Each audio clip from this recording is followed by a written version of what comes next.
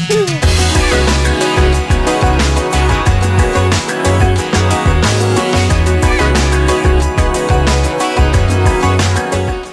there, it's me, India. Welcome back to our series, Don't Worry About It. Do you like lemons? Do you like to eat lemons? A lot of people don't. You know why? Because lemons are so sour. Ugh. Lemons are definitely sour, but they are a key ingredient to something I like. Lemonade. Do you like lemonade? On a hot summer day, when the sun is blazing down on you, you can get really uncomfortable and overheated. When that happens, there's nothing like a tall glass of lemonade to cool you down. Lemonade is cool and refreshing. Lemons are sour and not so refreshing. But have you ever heard the saying, when life gives you lemons, you make lemonade? That's exactly what God does with the hard times in our life. It's true. The Bible teaches us in Psalm 126:5, those who plant in tears will harvest with shouts of joy. I know. You may be wondering, what does that even mean? It means even though we have difficult days that bring worry and anxiety, God can turn our sadness into joy. In your lesson today, you're going to learn all about how God can turn your hard times into something to celebrate. I know it sounds impossible, but it's possible with Jesus. Through the story of the prodigal son, you're going to learn about a truly sad situation that turned into a joyous celebration. Well, until next time, I'm India reminding you, don't worry about it. See ya!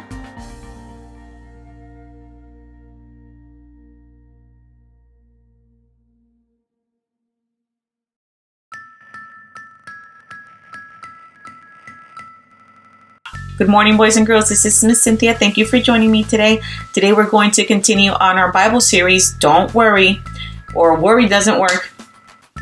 And today's Bible story is found in the book of Luke chapter 15, verses 11 through 32. And it's a story that Jesus told people to help them understand how much God loves them. And so it's a story about a very rich father who has two sons. And so one of his sons, the youngest one, approached his father one day and he said to his father, "Give me my share of the inheritance," And so his son had decided that he would be better off by himself, that he would be better off on his own. And so he thought that he would have this really amazing life, without worries and just having fun, no rules, and all kinds of money, right? That his father was going to give him. And so the father gave his son what he asked for, And so the son left. He left the house and he went out to live on his own, And so he started partying and drinking and just pretty much living a sinful life, and a sinful lifestyle. And so he thought he had a lot of friends. He thought that he was popular. But guess what? Most of those friends were really just around him or hanging out with him because he had a lot of money, right? And so it wasn't long before the boy just lost his money. Before he spent his money, he wasted all of his money on wild, sinful living. And so guess what happened?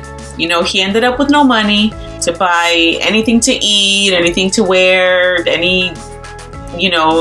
without money to pay, or I don't know, pay rent or anything like that, And so he got a job feeding pigs, So can you imagine, sloshing around in the mud with a bunch of smelly pigs, And so this is what's kind of disgusting, right? But hear me out. So he was so hungry, this son, this boy, man, after being rich and after having, I don't know how much money, but I'm assuming it was a lot, right? And after spending it all on sinful things, now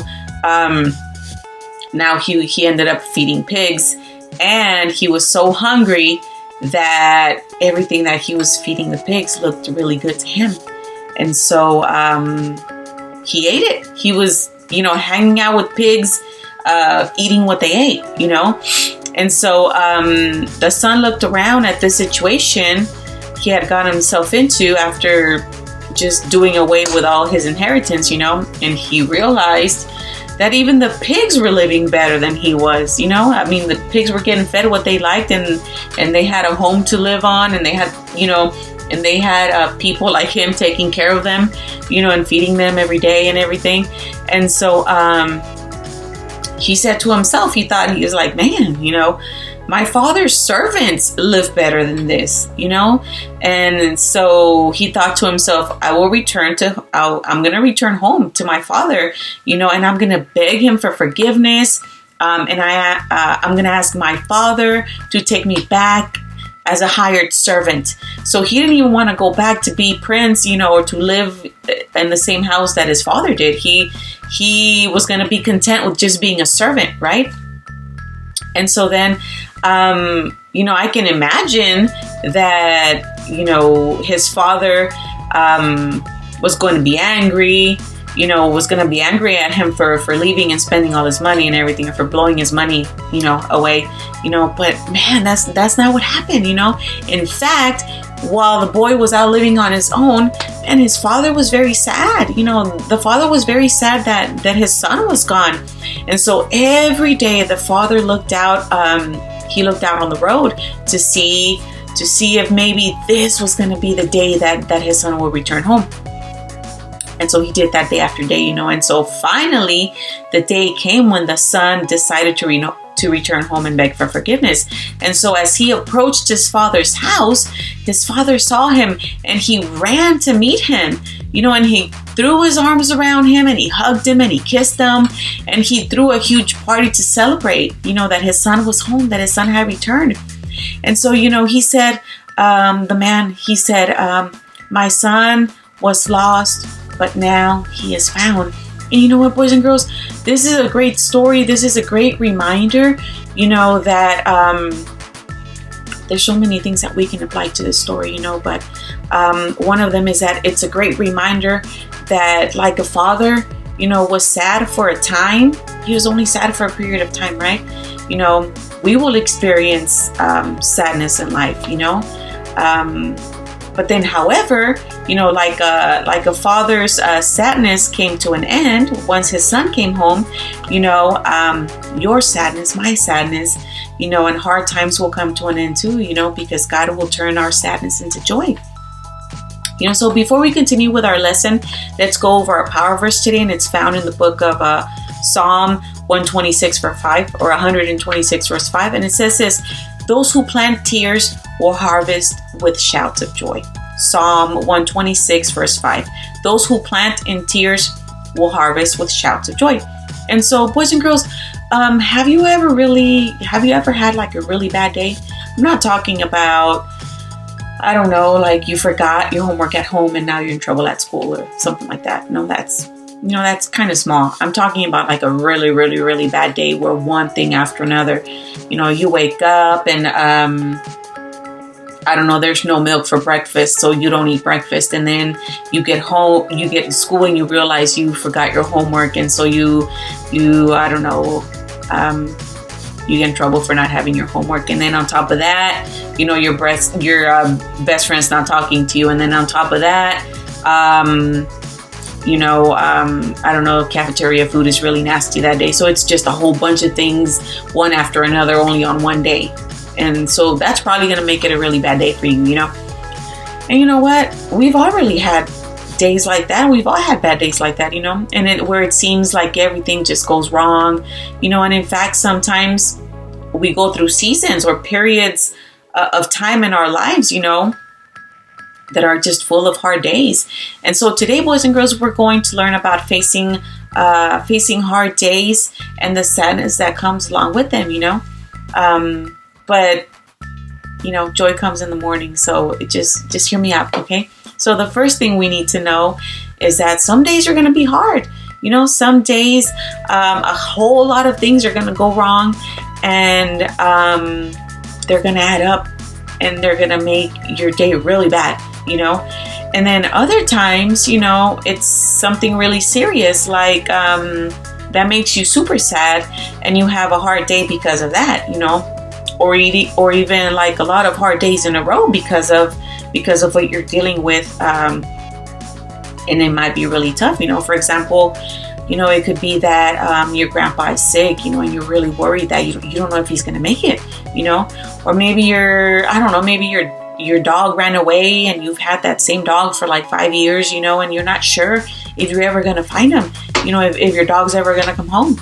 Or maybe, I don't know, maybe your parents are fighting and maybe you wonder if they're going to get a divorce, or, maybe your grades in school are no good and you can't seem to catch up with other kids and you're just falling behind. And,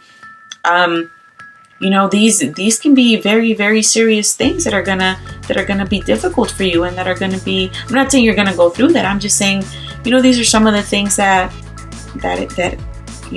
people go through, and that could make your day hard, or your day difficult, or several days, a season, a period in your life just really hard and difficult.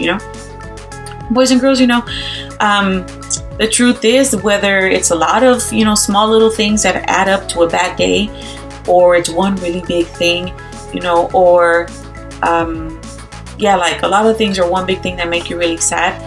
Some days are really hard, and that's just the part of life, and I have good news, even though you're going to have difficult days, even though you're going to go through sadness and through difficult times in your life, guess what? Hard times won't last forever. They won't. It's not forever, boys and girls. I know things may seem really bad and hopeless. I know it may seem like something's really too big for you to handle, or that problem will never go away, or your sadness will never go away. Boys and girls, anything that you're facing, it's not going to last forever. Our power verse today says that those who plant in tears will harvest with shouts of joy. Psalm 126 verse 5. And you know what that means? It means that when you plant or when you pray, and ask God through just your pain and your tears, in the middle of that, you're praying, you're asking God, through your hard times, He's going to give you joy, because when you're sad and you're going through hard times, you can always, ask God to help you. You can always ask God to help you handle the situation and give you joy. He'll help you. He'll help you, boys and girls. Please believe that. God can turn your sadness into joy. When you're faced with hard times, God can take your sadness and He can turn it into joy. It may seem like your life is too full of sadness, and especially as a child or as a teenager. I don't know how old you are, how old you are, that you're watching right now. But, it may seem like your life's going to be over. It may seem, man, like this problem is just going on for days and days and days and it's never going to go away,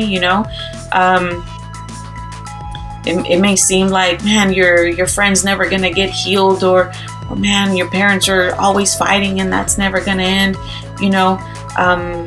Boys and girls, it may seem that these bad things are happening and that there will only be more times ahead, But boys and girls, I have good news.